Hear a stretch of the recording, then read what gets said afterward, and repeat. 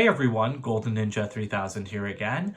Today I'm reviewing LEGO Harry Potter set number 76388, Hogsmeade Village Visit. This has 851 pieces, it's for ages 8 and up, and it retails for $80 in the US. This is the first time we're getting Hogsmeade buildings since like 2004 or 2005, which is pretty exciting. And we've got 7 awesome minifigures here, 6 of which are brand new and exclusive. Here's the exclusive 20th anniversary minifigure in this set. It's Golden Ron Weasley. This is one of my least favorites. The hairpiece is interesting as always, but he's just got that same Gryffindor torso with the sparkles. Same golden wand and golden minifigure plate, and then we do have that 20-year stamp on the back. He doesn't have an alternate face, but overall, I mean, it's just not as exciting to me as some of the other figures. Here's this set's Harry Potter. He's not exclusive. We have seen that torso before. I believe it came in some of last year's sets, but he does have mid-legs. It's always nice to see those. Same dark brown wand, and then the same face that they've been using for the last 2 years on like the more grown-up Harry.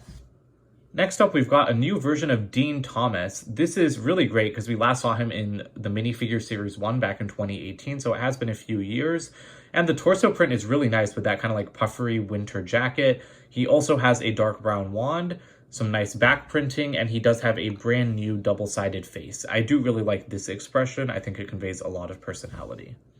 Here's a new variant of Professor McGonagall. This is pretty much perfect. I love the printing on her torso and legs with the dark green, the gold like embroidery, and then like the sand green lining. And she does have this bun piece, which I think may be in a new color.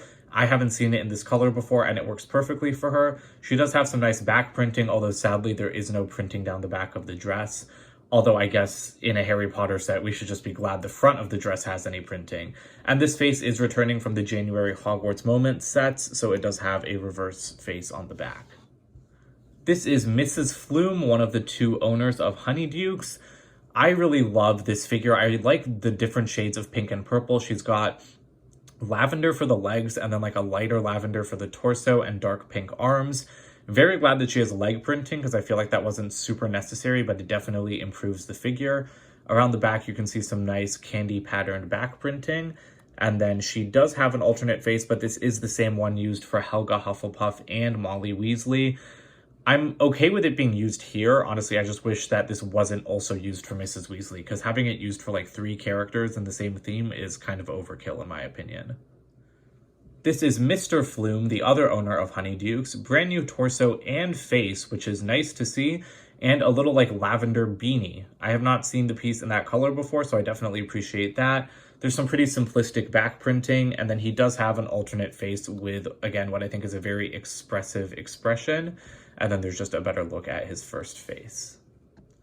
Here's Madame Rosmerta, the owner of the 3 Broomsticks.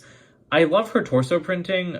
Well, I mean, I don't love it. I like her torso printing, but it seems a little bit flat to me. It seems lacking in depth, like the coat part of it. It's just like curiously flat, I feel like, compared to modern standards of printing. But that's a pretty minor gripe. I mean, it looks good. She's holding a hammer for some reason. I have no idea why she needs a hammer in like a pub. And her hairpiece is amazing. This is just a great hairpiece in general, but getting it in this new kind of like light nougat color is very, very nice. She does have some nice back printing, as well as an alternate face. That's Mantis's face from Marvel. It's also used on Bellatrix. I think it works just fine here, but again, Bellatrix should not be using this face. Also, the hairpiece is surprisingly great because you can use it for a custom Scarlet Witch from WandaVision, because this looks exactly like her hair. It's very similar to the color. The only thing it's missing is the tiara, so I really appreciate that. Time for chocolate frog cards. There are 4 in this set. I did get 4 unique ones, but I do have a lot of Dumbledores and Ravenclaws, so that's kind of annoying. I did get an exclusive Serafina Pickery in this set, though, and then oh yeah, this is Birdie Bot. I really like that because I got this while I was building Honeyduke, so I thought that was really funny that I got Birdie Bot while I was building the candy shop. We do have some side structures before we get into the actual buildings. So over here, we've got a little bench with some snow. That works pretty well. It's a very simplistic build, but you can fit like at least 2 minifigures on here. Might be able to squeeze 3 if you do something funny with their arms. We've got a little wanted poster for Sirius Black, and this actually has a different sticker on each side. So you've got this side, and then the other one, he has an angrier expression. I didn't even notice that when I was building this, so I really like that. And this is like one of those 1x3 window pieces, which aren't as common. And then we've got this little lamp post here. This is really nothing special, but it's just nice to get little things like this to help set the scene. We are going to start with Honeydukes, and right off the bat, I'm going to tell you guys, you're going to hear me compare this a lot with Diagon Alley, because this set, first of all, a lot of us expected Hogsmeade to be made as like a $200 to $300 direct-to-consumer set like Diagon Alley. So I'll talk about that more later, but this set does like match the level of detail that Diagon Alley has, which is why I'm going to be using that for comparison. And in Honeydukes, there's actually some very nice continuity because the windows perfectly match the windows from Flourish and Blots in Diagon Alley.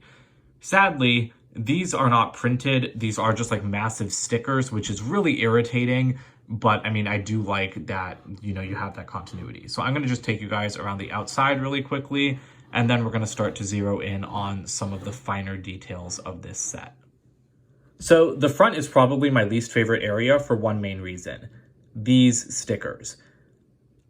I have a lot of problem with Lego stickers. I mean, I don't hate that they exist. I hate that, you know, in the Harry Potter sets for the last like year, I keep getting like horribly cut stickers, and these stickers were all on a transparent sheet.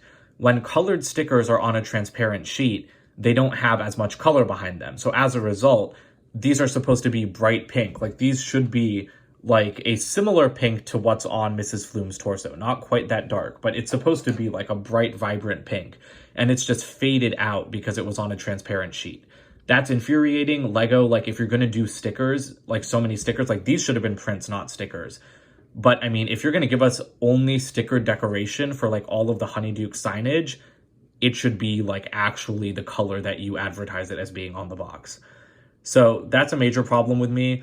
But that being said, I think that the windows look great. These stickers aren't too hard to put on, although like I said, it would be better if they were printed. We've got another like matching sticker up here on this window. And the roof is actually made very nicely with a bunch of like angled plates that lock into each other very well. You've got a bunch of snow. You've even got like this little kind of feathered turret piece. I love seeing these pieces. And so I think that that's done pretty well. Like this is a very good scaled down version of Honeydukes. You've also got some nice brick detailing along the side with these random like 1x1 tiles. And then you've also got like some snow dripping down. You've got masonry bricks. You've got stickers. So again, that all looks pretty appropriate. You can open the door easily. You've got some jumpers out there to pose figures, which I definitely appreciate. And then you can kind of start to see inside. Like I said, these interiors are Diagon Alley level. I'm actually surprised that this set is marketed as 8+ because it's very detailed and kind of fiddly at points. So like if I was an 8-year-old building this set, I think I'd be kind of frustrated. Like my cousin is 7, and if he was building this, I think that he would get like pretty annoyed. The entire interior is tiled, but with jumpers, which I like because it's really easy to pose figures on those. You've also got like this removable display case with some stickers on the side for candy. And then once you remove that, you've got a much more open floor space. You've got a little register over here that's not on jumpers, but you can easily pop that out. And it's got a little bowl to weigh the candy on. And this cash register matches the design of the one in Ollivander's pretty well. So with that stuff gone, you can get a better look at the candy. You've got a lot of displays along the side. These kind of look like cupcakes. You've actually got a little bottle of acid pops here, and this is an exclusive printed minifigure head. Well, not exclusive actually, because it's coming in the accessory set. But that's a very, very nice piece. I'm glad that Lego shelled out to make those. What I'm not happy about is that the Birdie Bots Every Flavor Beans boxes are just popcorn boxes with a pyramid on them. That is super boring. I really would have preferred an exclusive Birdie Bots print over an Acid Pops one. But I mean, that's not a super big deal. I'll just pretend like that's actually popcorn and not Birdie Bots beans. On the other side, we've got some like peppermint swirl lollipops. And then in the front windows, you can see there's like a chocolate fountain thing with like some sparkly bottles around it. And then I have no idea what that's supposed to be. In my head, it's just like a balloon. But you've got like cherries off to the side, as well as some cookie tiles, which are apparently from Friends, but I haven't seen those before, if it'll focus. You've also got stickers on the walls that are pretty hard to see, but I'm glad that they're there. They are kind of hard to apply. I hate applying large stickers to the insides of panels, but they just add a lot of detail in here, which I appreciate. The second level has got some great detail as well. You've got a little box here with a Honeyduke sticker. The pink shows up better here, thankfully. There's nothing inside though, which is kind of disappointing. I actually thought that there was, but I don't know, like you can just put some extra like candy pieces in there. You've got a bucket in the corner. There's a little fireplace off to the side as well, which is actually better to remove the box so that you can see that. And then on the right, you've got another fireplace and a little pot. You can kind of try to put a minifigure back there by the window. They won't really fit, but you know, I'm glad that there's some usable space up in here. And then in the rafters, you've just got even more bottles. Last part to talk about are the chimneys. They're really nothing special, but I do like the way that the tile matches up nicely with that 1x2 plate, like with the rail. And here's a look at the shop with some figures inside it. So you can see, you can fill it up pretty well. And I'm sure you'd be able to fit in even more in less awkward positions if you just removed some of their wands. So yeah, there's a lot of good usable floor space in here, which is something that's very nice to see. The 3 Broomsticks is the larger of the 2 buildings in this set, and I love the exterior. I think this looks a lot like the 3 Broomsticks at such a small scale. You know, obviously they've had to like shave down some of the sides. And the entrance is supposed to be very wonky, like it's supposed to be completely tilted over to the left. But, you know, it's just like Diagon Alley. You can't get those insane angles in Lego sets very easily. So I'm pretty happy with what they've done here. I'd say my biggest issue with the exterior is that the 3 Broomsticks that form a giant triangle are just represented by a sticker, and that's kind of irritating. But I'll wait so that we can get a closer look. First, let's do another 360-degree view of this building. So, back to the entrance. This is the sticker I was talking about. I know that it would have been hard to get 3 Lego Broomsticks at this scale, like in a triangle, but I really wish that they had tried because I still think it is possible. I do really like the way that, you know, the roof pieces are done though, using these just like inverted slopes and stuff to make it look like, I don't even know what to call it, but just to make it look like wavy wood, let's call it that. And then you've got these unprinted shield pieces at the top to bring it all together. You've also got these little like Ninjago piece, this little Ninjago piece to kind of look like antlers. We've got a little lantern outside, and then we do have this stickered piece, which has like all of the words from the park, I think. So I really like that. I mean, I haven't read all of this, but I know that it is very accurate from what I've seen. So like little details like that are what really make this set pop. And, you know, that's why I compare this to Diagon Alley, because it's just so incredibly detailed in every way. The one annoying thing is that, as you can see, this kind of like gets knocked out of alignment very easily. It doesn't stay there. So every time I like touch the roof, it ends up getting knocked out. But I mean, this is going to be on display most of the time, so that's not a big deal. We've got some nice golden windows off to the side. There are more jumpers to pose figures right in front of the door, and this one does push open like most of the doors in Diagon Alley.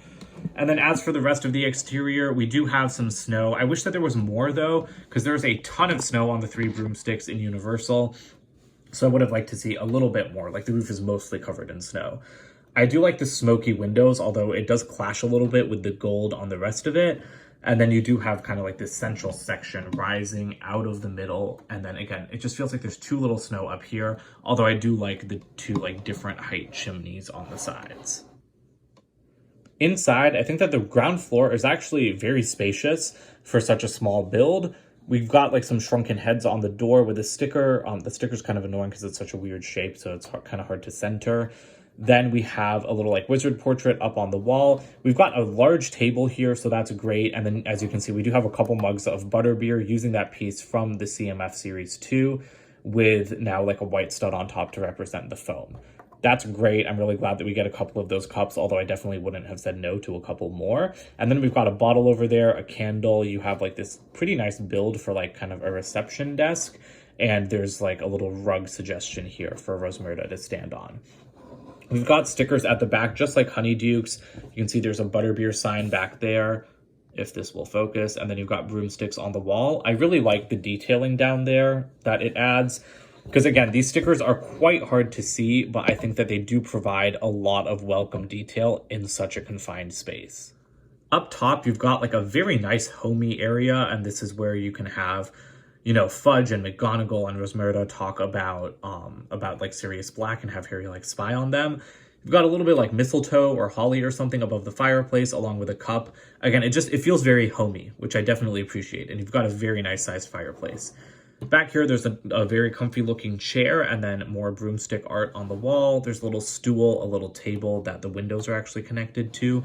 And then on the wall, there's a really nice sticker. This is Hogwarts at night, but it's like impossible to see, even in person. Like the lighting here is good now, but I mean, it's very hard to see this sometimes just because of how dark the actual sticker is. But that is a great piece, and I really like that little painting. There's not really any usable space all the way up at the top, which I think is kind of lame because these 1x6 tiles could have been 1x6 plates, and then you could just put like boxes or something. Like they have the bottles and the rafters of Honeydukes. I would have loved to be able to just have just some boxes full of random stuff. The 3 Broomsticks has even more space for figures. I mean, I've got all 7 from this set in there right now. And I mean, there's space for more. Like you can definitely just put figures all over this thing. So I really hope that we can get some more random civilians, like just wizard civilians. I know we've got that accessory pack coming out, but I just want to like stuff this full of random wizards.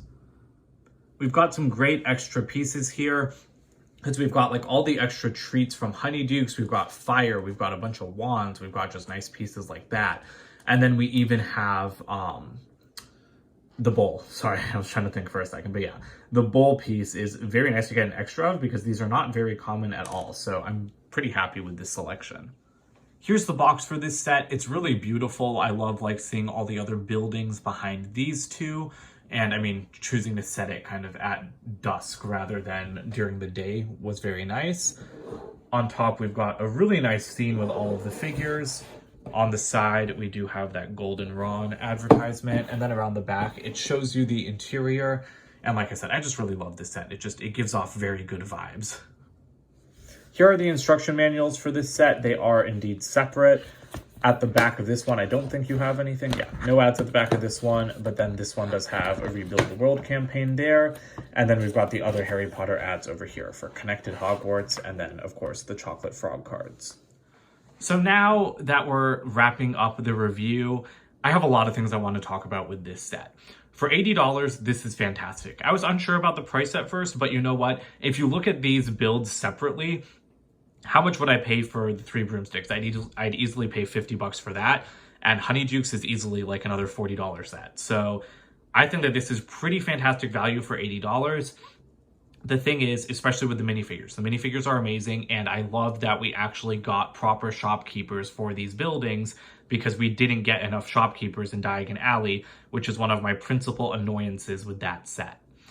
That being said, I really wanted a Hogsmeade like Diagon Alley. Direct to consumer, like modular building compatible.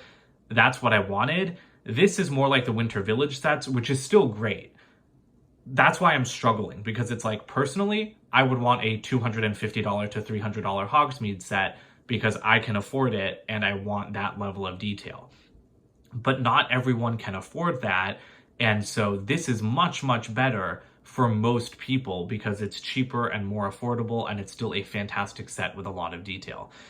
But, you know, I'm disappointed with a lot of the 2021 Harry Potter sets because I feel like they could be better, and in this case, I do feel like, you know, they could be bigger because I feel like Honeydukes is just very cramped, especially upstairs. But even when positioning the figures, like, yes, you can get a lot of figures in there, but it's going to take you like 10 minutes to arrange them because of how tight it is.